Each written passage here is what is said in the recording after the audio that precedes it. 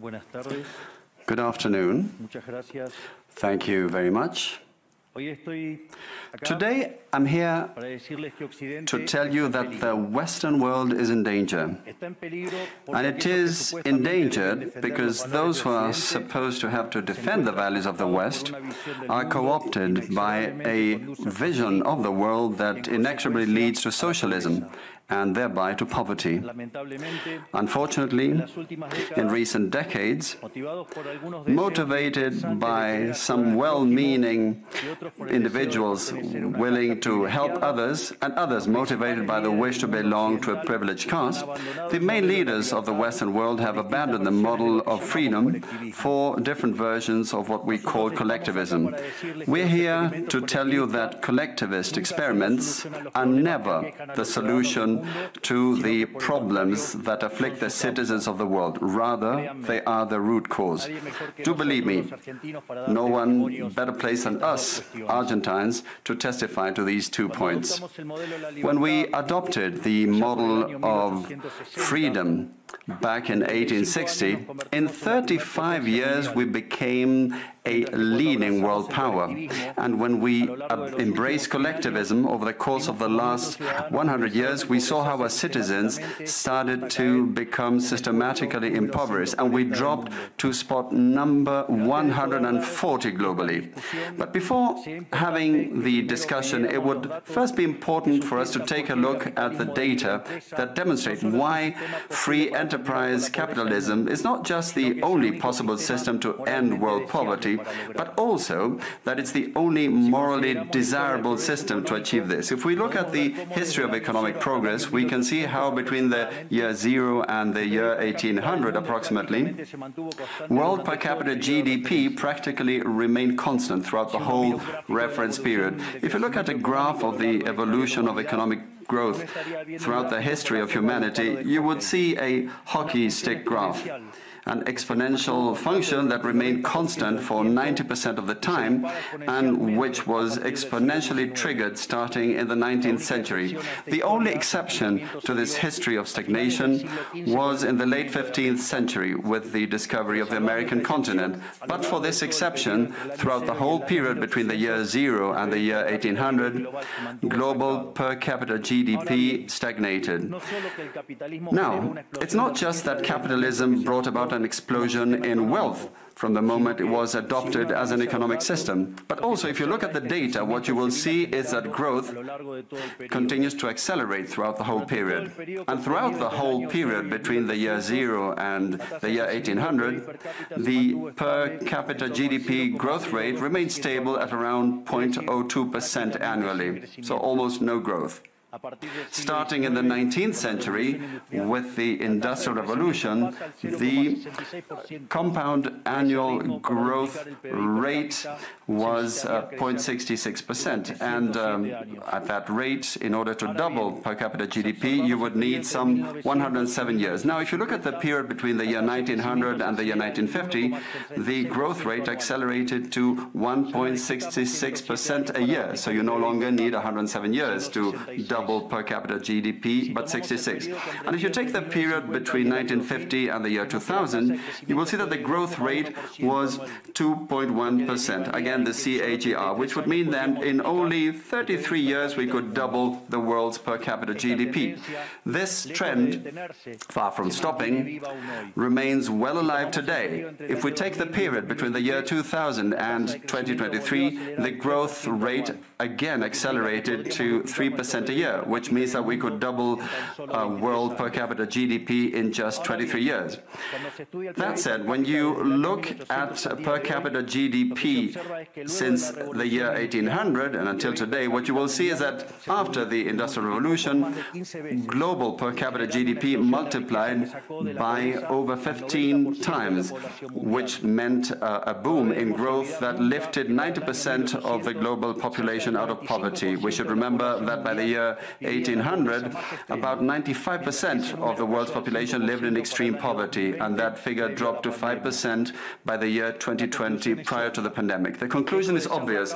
Far from being the cause of our problems, free trade capitalism as an economic system is the only instrument we have to end hunger, poverty, and extreme poverty across our planet. The empirical evidence is unquestionable. Therefore, since there is no doubt that free enterprise capitalism is superior in productive terms, the left-wing doxa has attacked capitalism, alleging matters of morality, saying, that's what the detractors claim, that it's unjust. They say that capitalism is evil because it's individualistic, and that collectivism is good because it's altruistic, of course, with the money of others. So they therefore advocate for social justice. But this concept, which in the developed world became fashionable in recent times, in my country has been a constant in political discourse for over 80 years. The problem is that social justice is not just, and it doesn't contribute either to the general well-being. Quite on the contrary, it's an intrinsically unfair idea because it's violent. It's unjust because the state is financed through tax. And taxes are collected coercively. Or can any one of us say that they voluntarily pay taxes? Which means that the state is financed through coercion, and that the higher the tax burden, the higher the coercion, and the lower the freedom. Those who promote social justice, the advocates, start with the idea that the whole economy is a pie that can be shared differently. But that pie is not a given. It's wealth that is generated in what Israel Kirzner, for instance, calls a market discovery process. If the goods or services offered by a business are not wanted, the business will fail unless it adapts to what the market is demanding. If they make a good quality product at an attractive price, they will do well and produce more. So the market is a discovery process in which the capitalists will find the right path as they move forward. But if the state punishes capitalists when they're successful and gets in the way of the discovery process, they will destroy their incentives, and the consequence is that they will produce less, the pie will be smaller, and this will harm society as a whole. Collectivism, by inhibiting these discovery processes and hindering the appropriation of discoveries, ends up binding the hands of entrepreneurs and prevents them from offering better goods and services at a better price. So how come that academia, international organizations, economic theory and politics demonize an economic system that has not only lifted out of extreme poverty 90% of the world's population, but has continued to do this faster and faster, and this is morally superior and just. Thanks to free trade capitalism, it is to be seen that the world is now living its best moment. Never in all of mankind's or humanity's history has there been a time of more prosperity than today. This is true for all. The world of today has more freedom, is rich, is more peaceful and prosperous. And this is particularly true for countries that have more freedom and have economic freedom and respect the property rights of individuals, because countries that have more freedom are 12 times richer than those that are repressed, and the lowest decile in terms of distribution in free countries are better off than 90% of the population of repressed countries, and poverty is 25 times lower, and extreme poverty is 50 times lower. And citizens in free countries live 25% longer than citizens in repressed countries. Now, what is it that we mean when we talk about libertarianism? And let me quote the words of the greatest authority on freedom in Argentina, Professor Alberto Venegas Lech Jr., who says that libertarianism is the unrestricted respect for the life project of others, based on the principle of non-aggression, in defense of the right to life, liberty and property.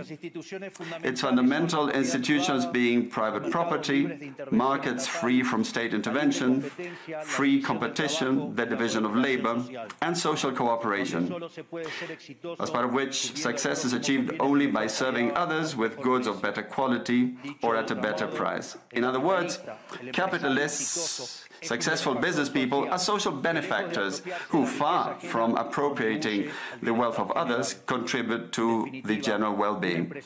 Ultimately, a successful entrepreneur is a hero. And this is the model that we are advocating for the Argentina of the future, a model based on the fundamental principles of libertarianism, the defense of life, of freedom, and of property. Now, if free enterprise capitalism and economic freedom have proven to be extraordinary instruments to end poverty in the world, and we are now at the best time in the history of humanity, it is worth asking why I say that the West is endangered. And I say this precisely because in those of our countries that should defend the values of the free market, private property, and the other institutions of libertarianism, sectors of the political and economic establishment, some due to mistakes in their theoretical framework and others due to a greed for power, are undermining the foundations of libertarianism, opening up the doors to socialism and potentially condemning us to poverty, misery, and stagnation. It should never be forgotten that socialism is always and everywhere an impoverishing phenomenon that has failed in all countries where it's been tried out. It's been a failure economically, socially, culturally, and it also murdered over 100 million human beings.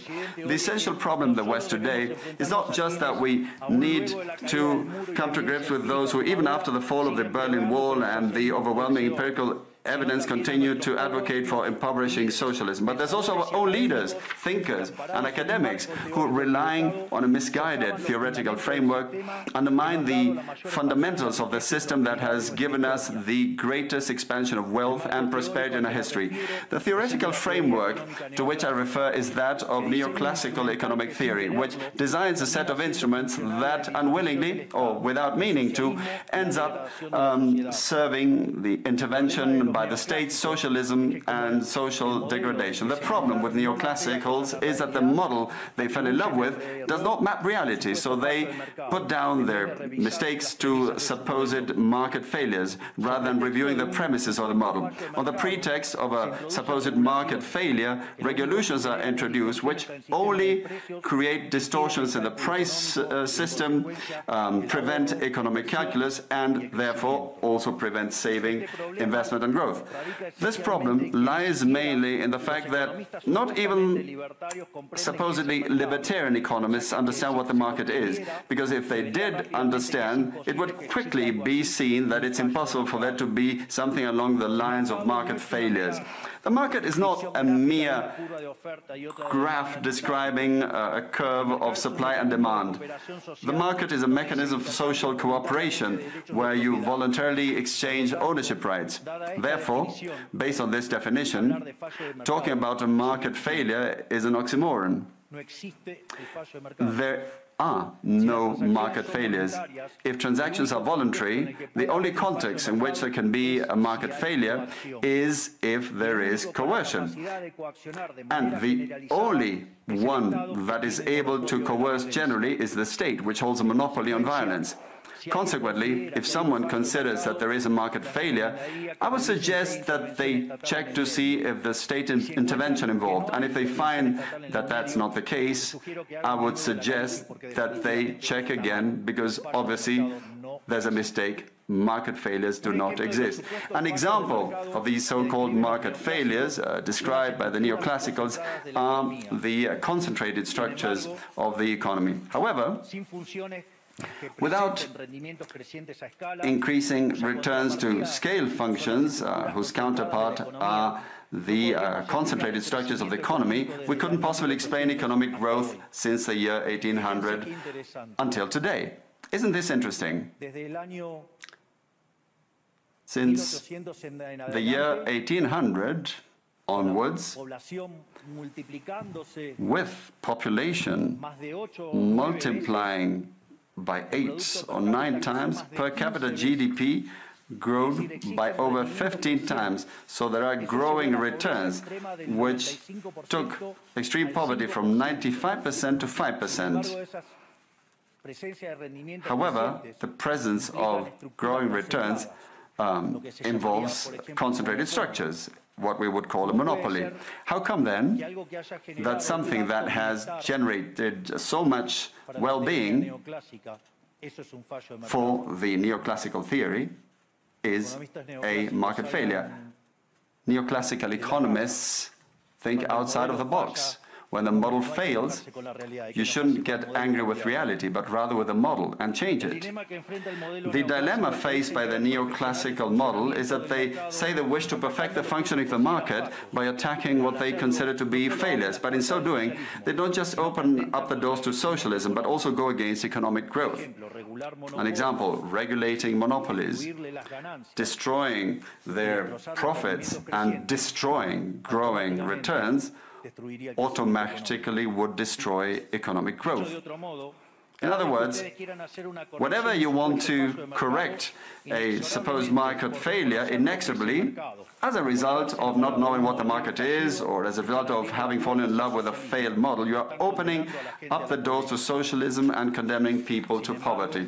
However, faced with the theoretical demonstration that state intervention is harmful and the empirical evidence that it has failed couldn't have been otherwise, the solution to be proposed by collectivists is not greater freedom, but rather greater regulation, which creates a downward spiral of regulations until we're all poorer and the life of all of us depends on a bureaucrat sitting in a luxury office. Given the dismal failure of collectivist models and the undeniable advances in the free world, socialists were forced to change their agenda. They left behind the class struggle based on the economic system and replaced this with other supposed social conflicts which are just as harmful to life as a community and to economic growth. The first of these new battles was the ridiculous and unnatural fight between man and woman. Libertarianism already provides for equality of these sexes. The cornerstone of our creed says that